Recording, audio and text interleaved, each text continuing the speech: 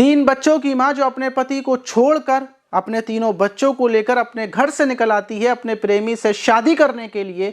लेकिन हैरान करने वाली बात यह थी कि वो जिससे शादी करना चाहती थी वो कोई एक शख्स नहीं था, बल्कि वो दो पक्के दोस्त थे। वो उन दोनों से ही बात करती थी, दोनों से ही प्यार करती थी और अब उसकी जिद थी कि वो दोनों युवक उसके साथ शादी करें। वो उनके पास पहुंचती है और जाते ही जाते जब वो उनके साथ संबंध बना रही होती है तो उसी बीच कुछ ऐसी घटना होती है कि जिसमें महिला की मौत हो जाती है। तीनों बच्चों की हालत रोते रोते ख़राब हो जाती है। लेकिन जब इस घटना का खुलासा होता है, पूरी कहानी निकलकर सामने आती है, तो मानो हर कोई दंग रह जाता है, हैरान रह जाता है और किसी को यकीन नहीं होता कि ऐसा भी हो सकता है।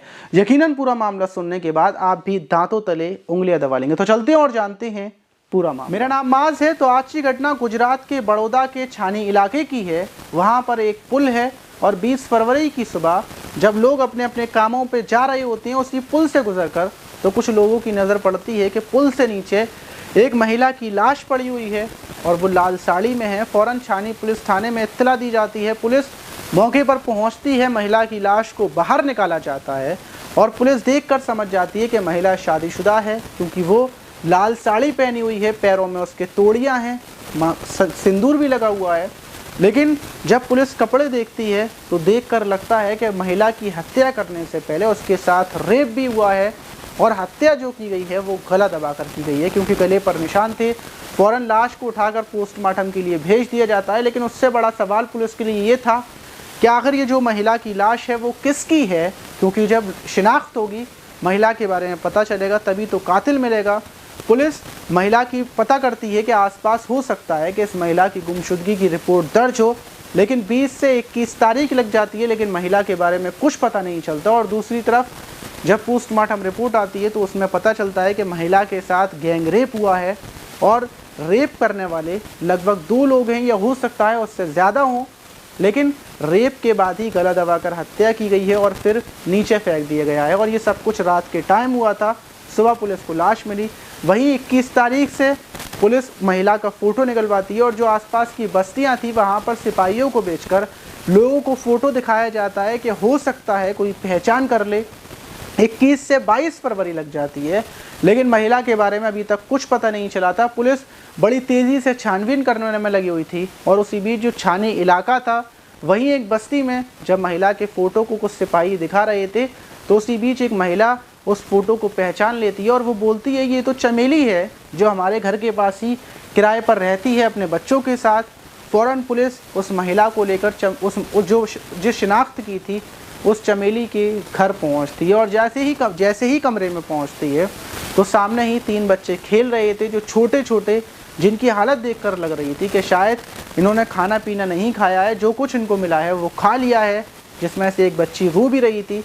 पुलिस उस महिला से पूछती है कि ये कौन बच्चे हैं, तो बताती है कि जो महिला की आप फ़ोटो दिखा रहे हैं उसका नाम चमेली था और ये चमेली के 3 बच्चे हैं। चमेली अपने प्रेमी के साथ यहाँ पर रहती थी, लेकिन उसका प्रेमी कुछ दिन से अपने गांव चला गया है और चमेली अकेले यहाँ पर रह रही थी, लेकिन वो 2-3 दिनों से गायब है, उसका कुछ पता नहीं है। उसके बच्चों को हम ही खाना खिला रहे हैं, थोड़ा बहुत खाना हम दे जाते हैं, बच्चे बिल्कुल अकेले थे।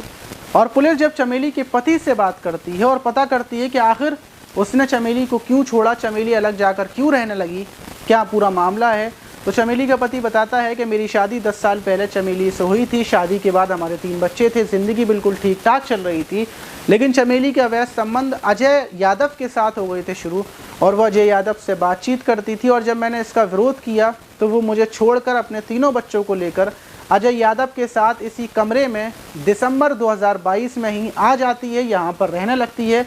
मैंने कुछ नहीं कहा क्योंकि चमेली का मन था किसी और के साथ रहने का, तो मैं क्या कर सकता था, मैं अकेले अपनी ज़िंदगी गुजार रहा था। लेकिन उसके बाद चमेली के साथ क्या हुआ क्या नहीं हुआ मुझे नहीं पता। पुलिस फ़ौरन अजय यादव को गिरफ्तार करती है यूपी के एक गाँव से, और जब अजय यादव से पूछा जाता है कि तुम गाँव क्यों आए, क्योंकि जब अजय यादव गांव आ गया था तो चमेली और अजय के बीच लड़ाई हुई थी, और जब अजय यादव से सख्ती से पूछताछ की जाती है तो वो टूट जाता है और वो बोलता है कि हाँ उसी ने चमेली की हत्या की है। पुलिस उसे बोलती है पूरी कहानी बताओ कि आखिर हत्या क्यों की, क्या वजह थी।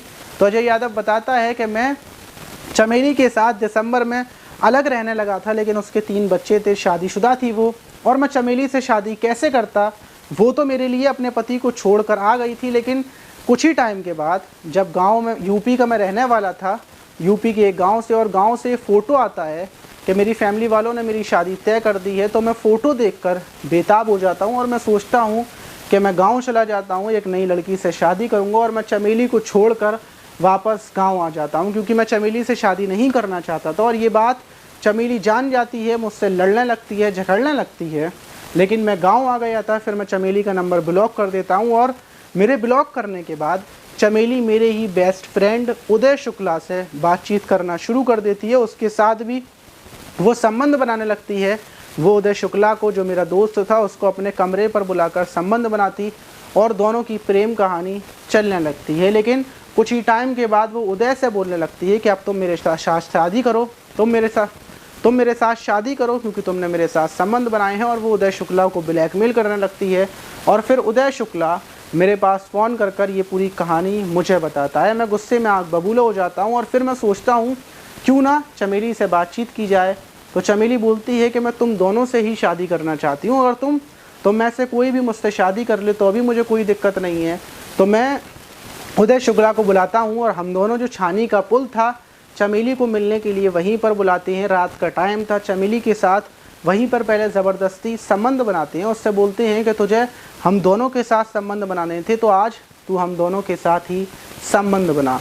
और फिर संबंध बनाने के बाद उसकी हत्या कर देते हैं गला दबाकर, और लाश को ऊपर से जो पुल था वहाँ से नीचे फेंक कर वापस अपने अपने घर चले जाते हैं। पुलिस ये सुनने के बाद दोनों को उठाकर जेल भेज देती है और इस घटना का खुलासा कर देती है। लेकिन घटना के निकलने के बाद हर कोई यही बोल रहा था कि जिस महिला ने अपने पति के साथ गलत किया, अपने अवैध संबंधों के लिए अपने बच्चों की ज़िंदगी ख़राब की, तो ऊपर वाला भी उसके साथ अच्छा नहीं कर सकता, उसको खुशी कभी नहीं मिल सकती। और हो सकता है चमेली को ये बात ना पता हो कि वो जिस प्रेमी के लिए अपने पति को छोड़ कर निकली थी, अपने बच्चों को लेकर, बदले में उसको मौत मिलेगी। अगर पता होता तो शायद चमेली ऐसा ना करती। आप इस घटना पर क्या बोलना चाहिए, कमेंट बॉक्स में ज़रूर बताइएगा। मिलते हैं किसी और वीडियो में।